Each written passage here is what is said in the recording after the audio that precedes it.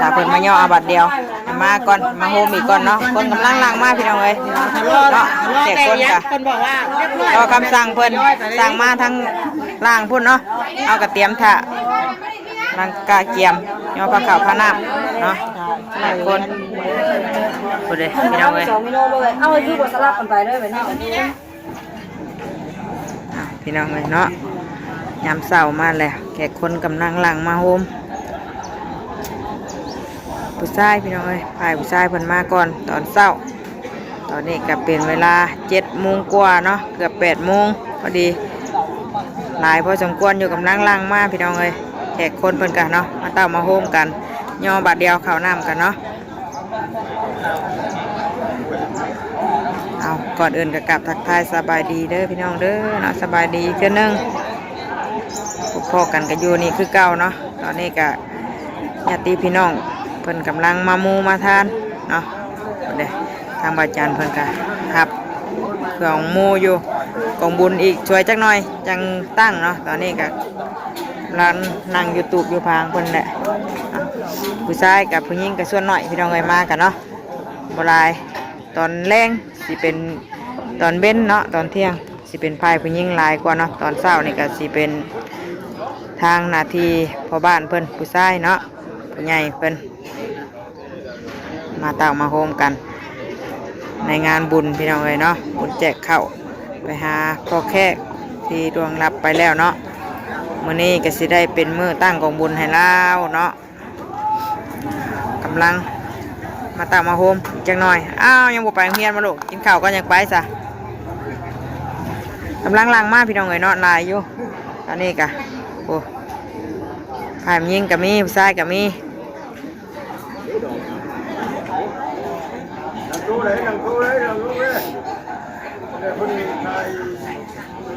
เพิ่นมาอะไรเพิ่นกับมูเนาะมูกระถากินข้าวกินน้ำพี่น้องเอ้ย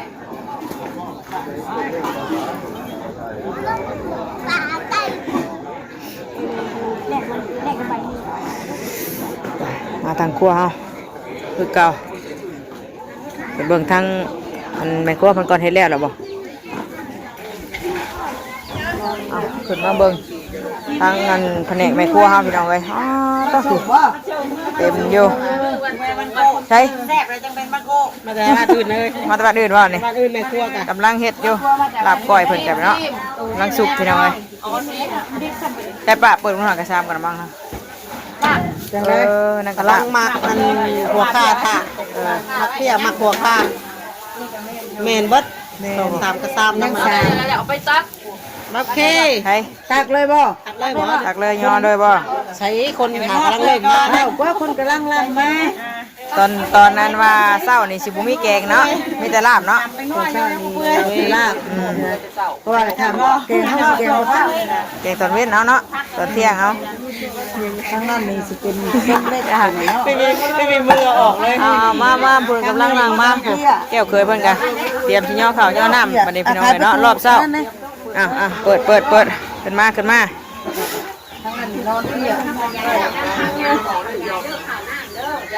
ไปข้าวน้ำก็อยู่ทั้งรูมพุ่นเนาะนี่แผนกเฮ็ดกินอยู่ทั้งเทิงพี่น้องเนาะอยู่เทิงเตียงมันน้อยมันทั้งนั้นคนบางคนเขามาบดก้อนเดี๋ยวคนจะสร้างเองเลยตั้งไปโดนทำคนสร้างไม่เขาตั้งได้หรอเขากับเคยเป็นมาเอาบัดเดียวเรียนไปโดนติลุ่มเลยเนาะเนี่ยจะต้องเล่นอาจารย์เนี่ยเอาเขาได้เฮ้ยเขาบอกเอาถ้วยหน่อยนะถ้วยได้ถ้วยได้จานนี้เยอะผมครับเลยเยอะจานผมมากกว่าผมพักกระตื้มอีกเพิ่มอีกผมเลยดิโดยพี่อาได้ใส่ก็ได้จุ่มเขาจุ่มบ้านอะไรอะไรอยู่เต้าโมเมนต์ย่างเขายันเจ้าอันใช้ธงแบบว่านุ่งอะไรเห็นได้ธงผ้าเสือกจุ่มสีใหญ่ๆเห็นนะเสือกอะคนมาแต่ยันตักลาบอันนี้พี่น้องเนาะตักไว้ข้าวพ่อแล้วก็พ่อคือบ่ช่องสีนั่นเธอพักหยาคือหลายอยู่บ่พักคือหลายใช่พักหน่อยแท้สิดอกแต่วันนี้พักเล็กที่บ่แซ่บป่ะที่เป็นค่ะแซ่บเลยว่าพ่อแหละพักยันวะคือพักหลายคือตกไหมก็กินรถมันหลายหมดเลยตกไหมก็เลยลูกหลายเกินไปแล้วอย่าพลาดตั้งสั้นกระโดดนี้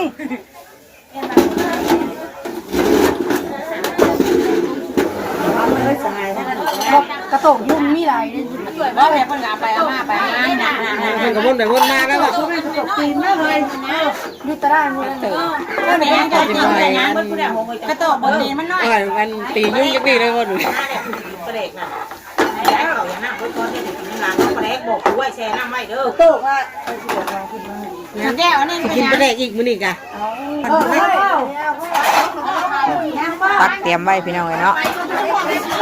ถ้าเพิ่นมาย่อเอาบัดเดียวมาก่อนมาโฮมอีกก่อนเนาะคนกำลังล้างมาพี่น้องเอ้ยเนาะแจกคนกะ คนบอกว่าร อคำสั่งเพิ่นสั่งมาทั้งล่างพุ่นเนาะเอากระเตรียมถ่าลังกาเกียมย่อผ้าขาวผ้าน้ำเนาะหลายคนพูดเลยพี่น้องเอ้ย 2 กิโลเลยเอาคือบทสลับกันไปเลยแบบนี้เดี๋ยวมาตัวนั่นตัวนี้ก็พอ โอเค ห้าวไปแล้วเป็นวันตอนลงยาย ใช่ได้ไว้ แล้วนั่นแหละจะมายังใหญ่เลย แล้วตักสั่งทางตักโลทางนั้นแล้วเรียกไม่ถูกแบบนี้ เตรียมไว้ด้วยติเขาจะได้จับไปง่ายๆเนาะเว้ยเนาะเขาใส่เตรียมไว้เด้เตรียมผ้าใส่กระตุกไว้เลยเขาผลมาเดี๋ยวเบิ่ง ก็จะได้เอาไปลง เขาจะได้จับไปเลย ย่างสี่หมูจ้าเขาไม่2 กิโลเลยเนาะนักตุ่นข้างหลัง อ่ะมันจัดแต่งผ้าขาวอยู่โอ้ยอันดิบอันซุกอันหมาดก็มีมาดิ ใช่เลยย่างอะไรกันกระตินนี่ มันเต็มมันเฮียได้ค่ะ เรื่องของตินอะไรอย่างดูบรรยายเข่าอะไรก็มา เอา ย่าบรรยายเข่าแล้วก่อน ไอ้ข่าวท่า ทำเดี๋ยวจิตประมาณนี้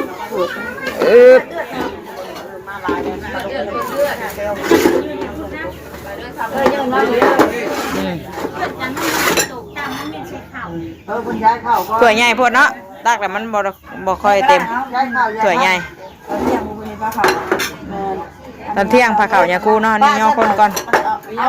เดี๋ยวป้าหินที่ไม่เหยเป็นตุ๊กไก่ดิมันได้เอาไปเอาไปนะ เคยน้อยสนใจ มาเอาก็ได้เลย เอาละมาดูมีมันเจ็บตกนี่มันตกประมาณนั้นแหละคนแซ่ไก่ นี่เอาดิ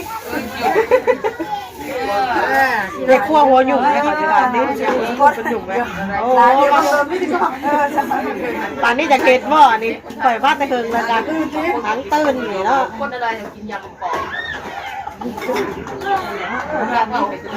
บ้านเป็นเรื่องเลยกินเอาย่าเราเป็นบางคนว่าคนอะไรกินยำกรอบแล้วเรากินน้ำแบบใครกินไปทีแล้วจะไม่ใครกินเลยใครน้ำต้มน้ำต้มเขาลื่นเลยยังไม่ลื่นจะได้เป็นแบบนี้ดิ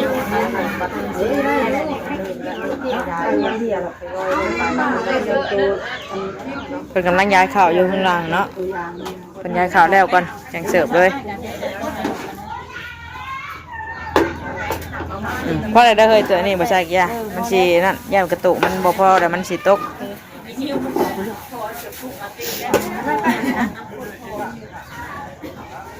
เราก็บอกคุณน้ำมามันมี2คนมันเห็นสิก็นั่นแหละ เปิดเห็นอยู่ดอก เราหมดแต่ยายเนี่ย เปิดเบิ่งดิเห็นอยู่มันมี2แบบเด้ แบบสองสไตล์นะผมว่าก็คือกันได้เลย เอามาเรียกกันเลยปัจจุบันนะคะ เลี้ยงไว้ แล้วกันเรียบร้อยเลย เอาตัวไหนเนี่ยเหมือนเนาะ เฮ้ยกระโตย ตั้งเลย นี่บอก ร่วมกันถือได้เนาะร่วมกันถือได้ นี่ก็ว่า ใช่อันนี้บ่ตัวนี้บ่ เอาอะไรเลย อ้าวเตรียมเอาแบบซีได้แบบ เดี๋ยวเพิ่นเสิร์ฟข้าวแล้วเขาก็จังต่อเลยเนาะ แค่นั้นแต่ว่าตอนเช้านี่สิบโมงมีแกงสิบโมงมีแต่มะฮุ่งมีแต่ลาบอย่างเดียวเลยแต่สิบโมงหุ่นสบาย คุยคนตั้งได้ก่อนสิบอกว่า ตอนเที่ยงตอนเที่ยงนี่แกงแน่นอนมันจะแกงครับ หุ้นเลย ตอนเที่ยงสิได้กว่านี้เนาะอันนี้มันมีอย่างเดียวเด้ สารวัตร3 เมนู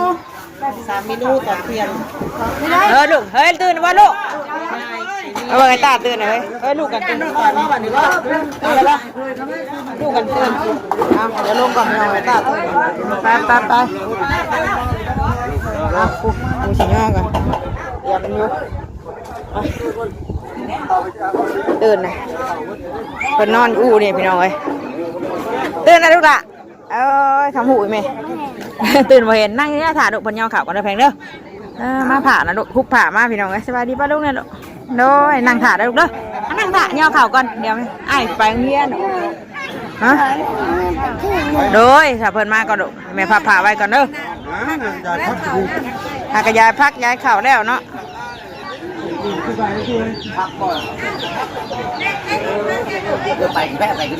เริ่มย่อแล้วมันได้เวลาย่อเข่าบันนี้พี่น้องเลยเนาะแล้วลูกย้อนได้ถ่ะอันนี้ก็สิเป็นแผนกทั้งเจ้าเคยเพิ่นเนาะที่มาย่อเข่าย่อน้ำพี่น้องเลยอันนี้แหละที่เพิ่นซุ่มเคยเนาะที่ว่าให้มาแต่งอยู่พวกกินแล้วก็มาเผ็ดลาบเผ็ดก้อยนะแต่ย่อข่าวย่อน้ำมาให้ทางญาติพี่น้องเพิ่นเนาะเด็ดทางพายยิงเขาก็จะเป็นทั้งนึ่งข้าวนึ่งน้ำผู้ใดเนาะนึ่งข้าวเฮ็ดอยู่เฮ็ดกินแล้วแผนกนึ่งอีกเนาะหลายคนช่วยกันพี่น้องเลยนะน้องอินเตอร์เพิ่นมานะคุณน้องมาเลยลูกแม่เพิ่นเมื่อเอานะมาอีกแล้วงูเรียบร้อยแล้วงูเด้อบ่โดยสบายดีเด้อท่านได้มูสวยจักหน่อยพวกแล้วสิเมื่อเอาเครื่องมามูพี่น้องมามูมาทานน้ำเพิ่นเนาะไปมาหน้าว่ะเลยมากัดไอ้ตาน่ะลูกไอ้ตาหากระตื้นนี่น่ะไอ้ตาไปนอนอยู่น้องตื่นแต่แม่เมื่อเพิ่นตาแม่เพิ่นมาหนึ่งข้าวแต่เช้ามาไปซะเนี่ยก็บ่มากินข้าวบ่ลูกไอ้เตอร์ว่าอยากกินข้าวจักจังไหนเลยปิ้งแต่มื้อเช้านี่แหละเอาลาบมาขั่วให้เพิ่นปิ้งว่ากินได้ไหมป้อนข้าวลูกข้าวเต้าให้อิ่มกันได้เหยเนาะมัวแต่เห็ดเวียกเห็ดงานผมพอแห้งแล้ว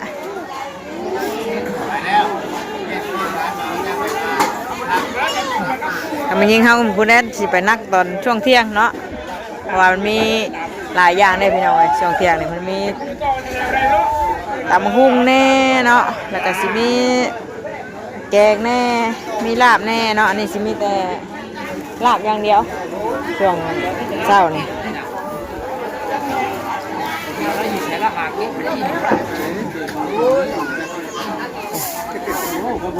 เพิ่นกะลายอยู่ได้เนาะตอนเช้าก็แต่เลือแต่บางเฮือนพี่น้องเลยเนาะบางงานก็ลายบางงานก็บ่ลายคนมาตอนเช้าเนาะเดี๋ยวมันเต้นน้ำนึงเฮ็ดยังเพิ่นกันตักให้แต่ทางผู้ชายเพิ่นนั่นแหละทางผู้ชายเพิ่นเชิบเนาะอันนี้บรรยากาศในงานเนาะคนลายพี่น้องเอ้ยเต็มโต๊ะเต็มเต็นย่ำกลางคืนคือสิลายอยู่แถวปนาวเนาะแต่ว่ามื้อนี้ก็คืออากาศจีนเย็นหนาวๆพี่น้องเอ้ยตอนเช้าก็เย็นเย็นเป็นวัดเป็นไอเจ็บคออยู่นี่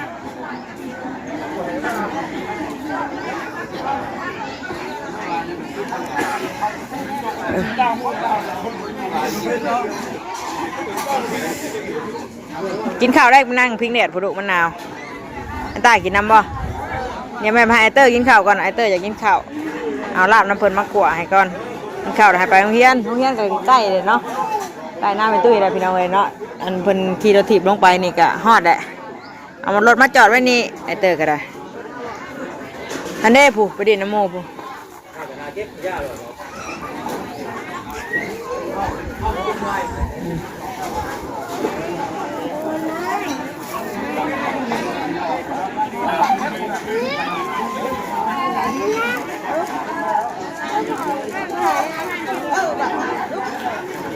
ไปแม่ดุ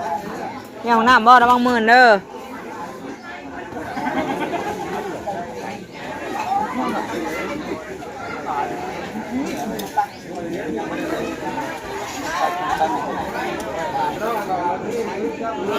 แซ่บป่ะจุกเอ้ยแซ่บป่ะโดยเลยโดยเลยลูกเบิ่งหาอาปากลูกกินข้าวกับอย่างนี้นี่อาปากให้ป้าเบิ่งดูใส่ชงอันเชือกกันยาวบัดใส่กางเกงมาบัดใส่ขายาวใส่กางเกงขายาวให้ลูกก็หนาวเนี่ยเย็นจ้อยมันห่อนจะแกะออก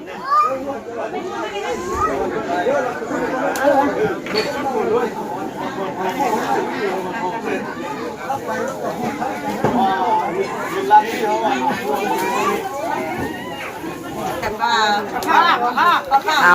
เราเบิ่งเธออีกก่อนพี่น้องเลยแล้วบ่พ่อจะบอกได้ได้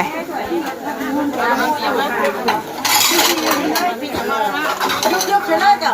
กระดูกกุ๊กกัว หน่อเป็นหน่อเป็นพวงมันก้นไหนน้ำซาซ้ำนี่ยังบ่เฮ้ยซ้ำนี่ ยังคันนี้สุด ซ้ำนี่ยังบ่สุกนิดๆเนาะ แดงตัวนี้มันชื่อมันจะนี่ทำมาแล้วมันมาตั้งตัวนี้มันจะสร้างจางกันน้ำปลา มีเศษแดงทางนี้เนาะจะช่องแบบ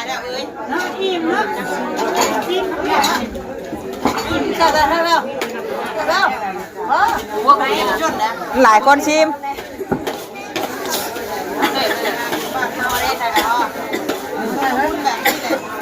ใช่ป่ะ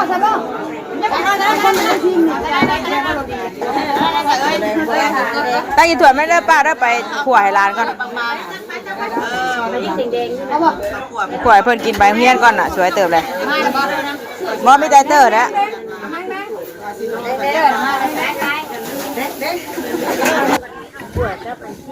ไปพี่น้องเลยขั่วเนาะมาขั่วให้เตอร์กินข้าวไปโรงเรียนก่อนมาลูกมาอ๋อปั่นข้าวที่ดอกแล้วทางนี้ถามแม่มาแม่ไปขั่วให้อยู่เวอร์เพิ่นหิวข้าวได้เด้มันสวยเด้อนี่ไปลูกไปสบายดีปะลุงเนี่ยสบายดีปะลุงโอ้ยไปเอาข้าวมากินลาบซีนเหมือนกันนี่เด้อขั่วให้ไปมานั่งไปลูกนี่เอามาจุ๊มากินน้ำไอเตอร์เนี่ยไปไม่บ่าวพักที่น้ำเอาแล้วเอากินมันลำได้นี่ลำมือได้ดูเอาดูกินมาป้อนข้าวเพิ่นกันมาปะลุงมากินข้าวน้ำหลานเด้อโอ้ยใช่ป่ะกินไปโรงเรียนแล้วเด้อไปโรงเรียนไอ้ตาไม่ได้ไปส่งมื้อนี้พักเนาะมาลูกมาไอ้ป้อนมาเอากินข้าวพี่น้องเลยเบิ่งหาชิมมึงดูค่ะ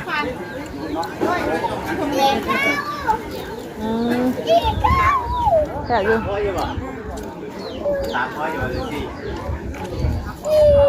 ไปแม่บ่าพักจุกแม่ลูกเลยลูกโอ้ต้องแกะคนเพิ่นกันข้าวกินน้ำอยู่กินลูกกิน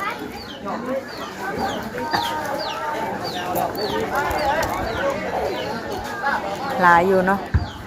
ทั้งเต็นนี่ก็เต็มพี่น้องเอ้ยเต็นทั้งพุ่นก็เต็มกินข้าวได้เพิ่นก็สิห่างกองบุญขึ้นแล้วก็สิอันจัดแต่งมาเนี่ยเนาะกองบุญไว้คนมามูมาทานช่วงเที่ยงแน่หมูแดงแน่กินลูกกินอ้าวแซ่บๆกินมันกินข้าวน้ำไมเตอร์ฮะกินได้บ่กินไม่ให้มาชูกันบางเพี้ยนบ่เนี่ยเพิ่นกินข้าวนะน้องถ่ายอยู่ดูเลยน้องถ่ายอยู่ถ่ายกันก้อนยังไม่ได้นั่นไปไหนได้จะนอนยังไปมาเลยแม่ไปที่เว้ยเขาเรียนนั่นเพิ่นให้เพิ่นเนี่ยย่างไปที่เพิ่นนั่นกะ